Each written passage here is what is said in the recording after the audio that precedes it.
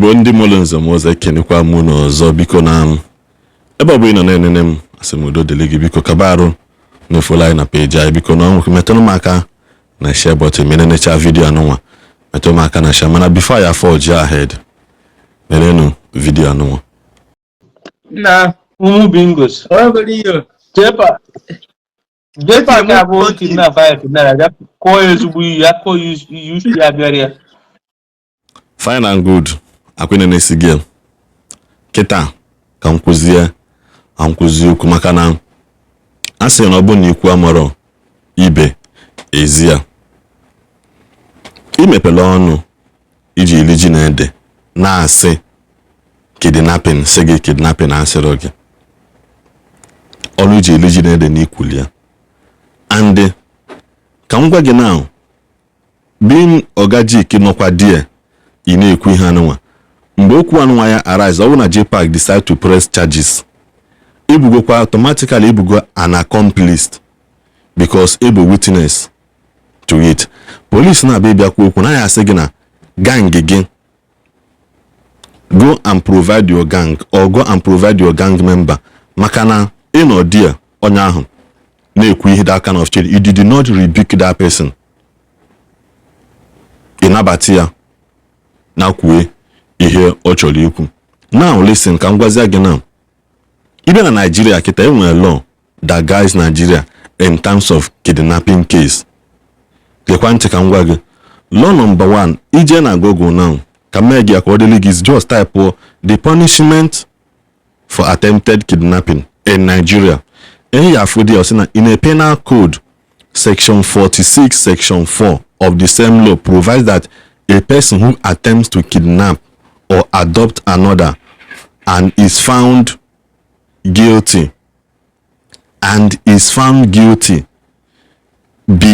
will be imprisoned for 20 years without an option of fine.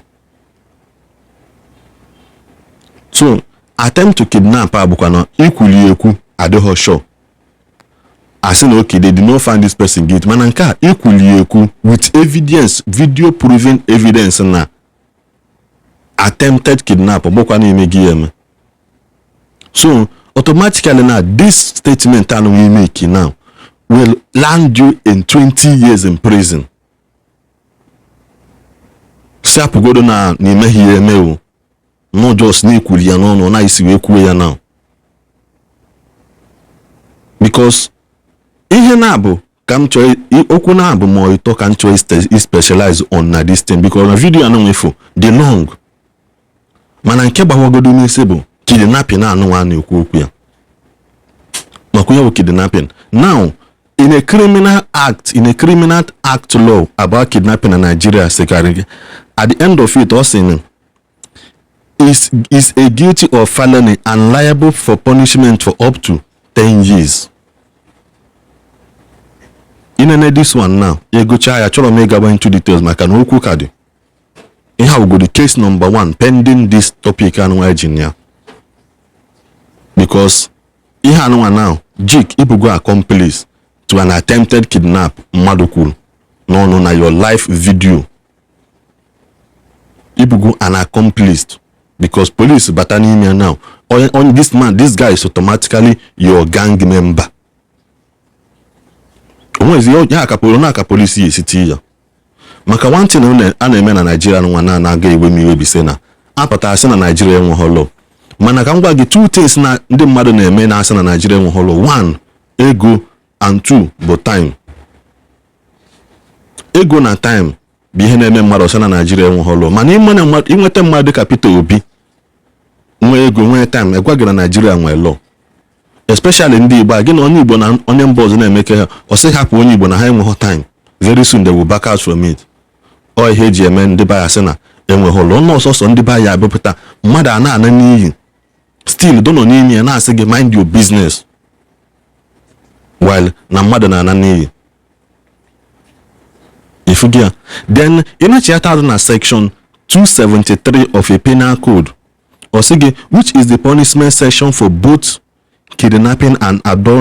adoption further provide that such offense or crime is punishable for 10 years imprisonment, and the offender shall also be liable to a fine.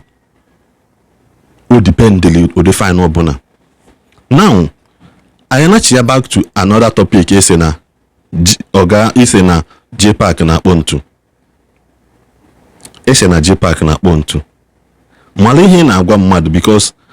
ịmalihi agwa mmadu wegi anyị agwago wegi igwa nya mmadu. Ebe mmadu si na na pontu Nigeria legalize be pontu. Nigeria legalize be all Nigeria legalize ge pontu. Now, a man he na-eme Jpac accused of re well no nke isa akpụ ya n'Igbo ngụgba ka ndị Igbo na-akpụ ya ngụ mana ndị Igbo na-akpụ ya re ịmaka ihe ọzọ so ya and ịma punishment nke ha na Nigeria. Thirdly, unu si na Jpac abụghị onye dibịa analaghị ya enyi ya nwaanyị mana you have confirmed it categorically na this video na dibịa n'ala ya enyi ya nwaanyị gbawa ya aka n'ali enyi ya nwaanyị mana mgbe ọ bịa betibe mkpu enyi ya nwaanyị nọ nwere onye unu niile si na asị. Secondly, body shame this guy na this video esi na nnukwu afia na ihe dị mma na ejide ya ite ya ọkpọ na nnukwu afia ahụ makwa ya body shaming na Nigeria, because body shaming can lead somebody to depression. By the time the person dey able chebe chese wey no kwa kan do, because all body shaming na so many people na ba into plastic surgery today. Abo na imaro emali ya now maka mmadụ mepe ọnụ na-ekwu okwu emali ihe na-ekwu. Body shaming onweghị gbasara gị ka afọ mmadụ dị, onweghị gbasara ka shape mmadụ dị, hapụ onye ka Chukwu si wee kee ya. Maka na onwe ya abụrụ na ebe agwabịa ya dị ha agwabịa ya imego obere feel we somehow at the end of the day he will onwe ike o chere ijekwa ụdọ o iwelu ndụ ya n'ike nke ahụ aga. Thirdly, jiki ka isi mara na ụlọ ahụ ipost bụ 3 bedroom maka isi na ụlọ ipost na nwere onye ma ụlọ ipost because na makwa ka isi agba onwe gị egbe n'ụkwụ o malụ ka isi agba onwe gị egbe n'ụkwụ esi na ụlọ ipost na nwere onye ma ụlọ ipost na ụlọ even na ụlọ gị dị na internet mana ụlọ anụ ipost bụ 3 bedroom despite the fact na ịma ha onye nwe ya. Kezi ka isi ma na 3 bedroom, kezi ka isi ma na onwe ha sit out maka ị na-ekwu okwu anyị dị na-ajụ gị ajụjụ maka na ndị gị na ha na-akpaka na-emekọ ihe abụghị onukwu. Esi na ọ bụrụ ụlọ gọvanọ eziokwu ka ipostu mana kezie ka isi wee mara na ụlọ ahụ ipostu no just picture ka send gị ke by mail looking at it ka isi wee mara 3 bedroom na ọ bụrụ na ime ha inquiry about it. Ọ inquiry na-ebute details mana biko before ndị mmadụ asị na m ekwukarịa nenezianụ the full video ka unu nụ wele anya unu nene mfu ihe gaa na video anụnwa before ndị mmadụ asịba na m ekwukarịa na ọ bụghị ihe ekwu ka m kwu. Nenenu video welezia na aka unu George ya ka unu fụ.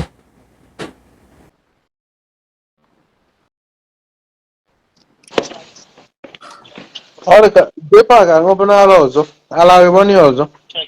Na, nwakwa m mere do no. Kpọrọ gbata je Kidnàp. Ọ pụrụ Ken ọ ya je reply.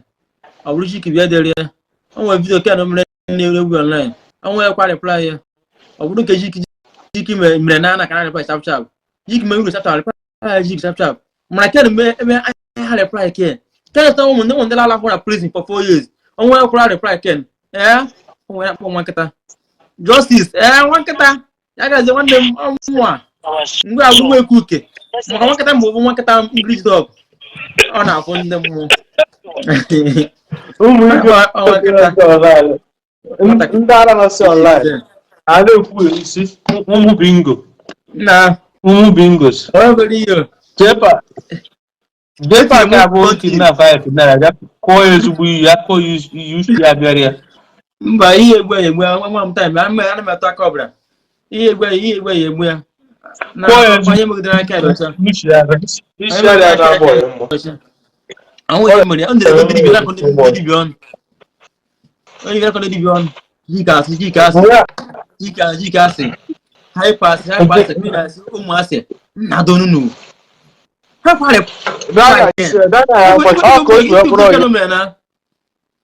ya nwaanyị jee gosi ọya nwoke ọya nwoke si n'azụ je na-ara ọya nwaanyị nlefuwe ya oke ibe na-arịa nwunye ya nwa ya ma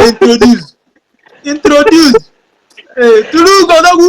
anyị tụrụ ugo na ya ala dogwu tụrụ ugo na online tụrụ ugo egwuregwu bata ọgbaghara na-etutugharị nke ọzọ n'afịa bụ gọvanọ eze asị arụta ụlọ okpu ọkụ for 10 years ọ rụchara ya ịdị otu ụsọ na jike rụrụ 5 room in 4 months ọ naghị mamarị m aka agbanwejere paakị saa ise na-ebuzi na mgbede asaa saa ọ na-asa ihe ọ na-asa efere isi adịghị ha gbada agaghị agbacha ya ka afọ ya dị na tie ọkpọ n'afọ ihe na ha ka ha reply ya kere nwunye ọzọ ha reply ya kere nsepụ ikwu okwu ma gwụna ha hapụ ka ha reply ji ihe mere ha ihe mere ndị adọ n'ụlọ ọ maka na ha tapụtara ya eme ihe kọsụ ya na ama agwa gị nwaanyị ji wetapụta ya because ọ na-abụ ime post jidere itie ọ bụ esi na ịchọ problem igosi na ịchọrọ problem ha hapụ aka ma igosi na ịchọ problem ha tapụta gị anya ndị be anya na-achọ onye ji aka nwaanyị eso ha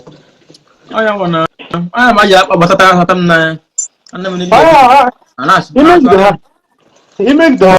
ego na my side nwaanyị sapọghara ndị agha ịsagha from this side ọkpọ ụmụnne m nọ n'ọkịja jegoro ọnya megodi ya 1 or 2 uche ya dogodere ya ndị be anya ara ka ndị ji nwaanyị eso ha ụmụ ya akpọrọ m ndorodo n'ụlọ kena nọ enwe atụpụrụ kena ọnụ kuku ọnụ enwe atụpụrụ ọ bụrụ jigi egwu ha atọ ya tụpụrụ m ken ọnụ na n'obere mmiri ka nchịkọ na-esi eze azụ na n'obere mmiri ka nchịkọ na-esi eze ya nwụrụ na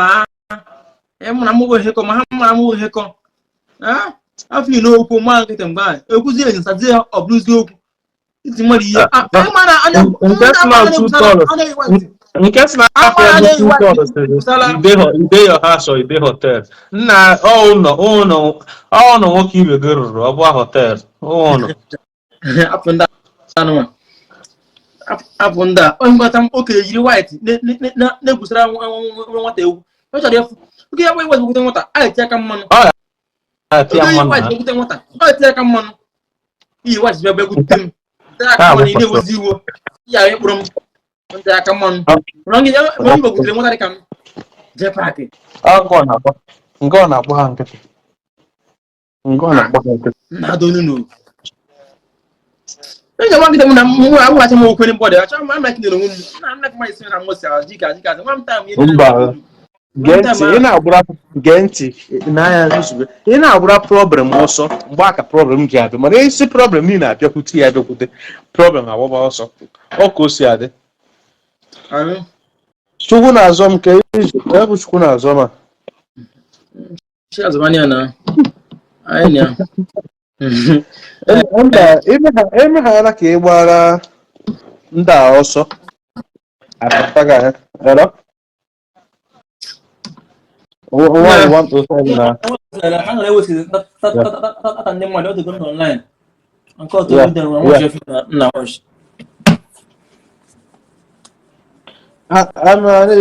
na-ebugharịsị afọ Facebook na-akwụ ụgwọ emepụta na-ama na Facebook aja afọ kọntentị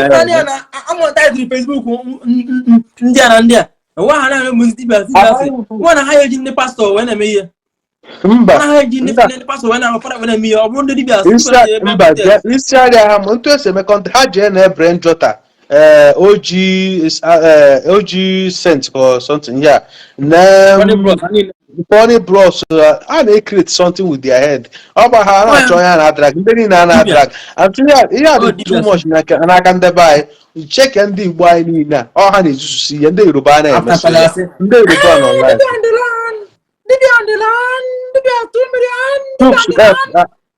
akpa amụwụ gbawa dị ya ezi anụ ọhịa ka ihe nwetara aka ebe nne ka ọ dị onukwu nwụta na mere ndị ọvam Àwọn ìjà fíìmù náà wà ya apụ ndị ara na àwọn ewuzi datapa adịrị nwoke na mmadụ nwaanyị na mma ka ochi ya zere na ọkwa dị mma ka anyị na-eme ọkaji ike na-ekwe kacha fọ na okeja ndụ nka ndị omiri ndụ azụ mmiri atara mazụ anwụ na ọrụ mere iwu n'ụlọ na-azụ mere azụ ụlọ n'ihu ọjiji egburu n'ọrụ na-egbu n'ọnụ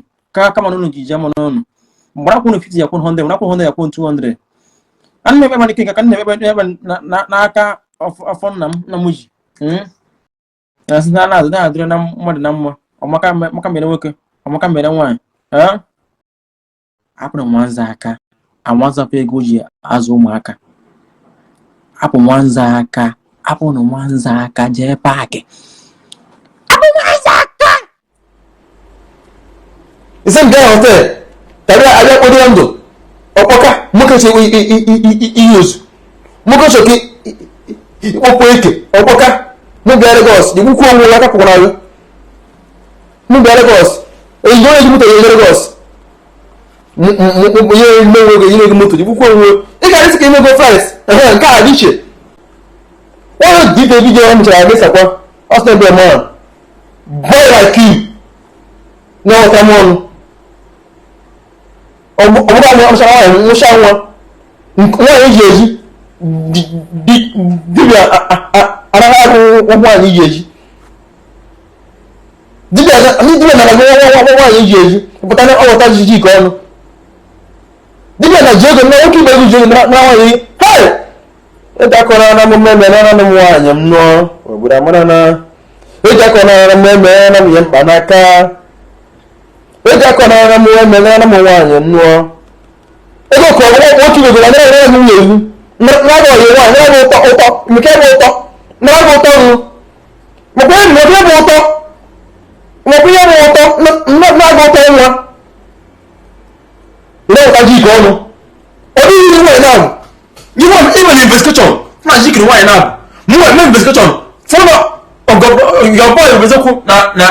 arụ ụlọ nwe mmanụ ụlọ ka posiri ya onwe mmanụ ụlọ ka posiri ya onye ibe na-adaka aka sizi onye ya bụ ya ọha n'ụlọ bọngalon ebe a na-azụ ọkụ ụlọ ebe zobi na-agọ mmụọ n'ụlọ ahụ nke zobi aka baifa forum ampọr ebe eweti niile na 3 room nke ji apụta ejiji ka okwu yes two wife ọ dịrị izi ekwuru m ekwu mgbe mpempe na mma arụ nwaanyị na-abụ ekwuru m ekwu ndị egwu ka m na-eme ọ dịrị izi two wife with kids ọ bụrụ kid enwe m kids enwe m ụmụ aji m ụmụ ma nke na-ụlọ maka ana m arụ ụlọ maka akpọtabaha nne ha ụmụ nwoke arụ na nnukwu okwu yes nkụzi ehi a ụmụ m nọ n'iro nwaanyị na ụdịrị m ime ịbụ nọ n'ụlọ bụrụ ịnọ ọ dịrị izi fọwad ka n'ike ji fọwad ka o ji jikpakọ nwere mere gị ọpụrụ m aka mmere m mụọ m tụma m sọrọ na enwe nta na emume mmarịkọ aka Facebook ị na mme m dị m pụrụ m ọ na-enwe m sizi ọnụ chọrọ m okwu oke ụnụ abụọ eze agha chọrọ m ụnụ abụọ m esi afọ gị bụ jepọkọkwa nye ọnụ akwụrụ ụlọ okwu na nke bụ ụlọ ewegonu n'ụlọ iwo kapụ ụlọ ewegonu n'iwo oke ụlọ ngwa mmadụ okwu onye agwazi ụlọ okwu ụlọ ngwa mmadụ okwu onye aha aza arịpa ya ntụpụ ụlọ egwu nna akwa gị asa ya fide fi ya nnacha egwu na nnatụ gị egwu na anya na-eme saa onye ọjọọ saa big name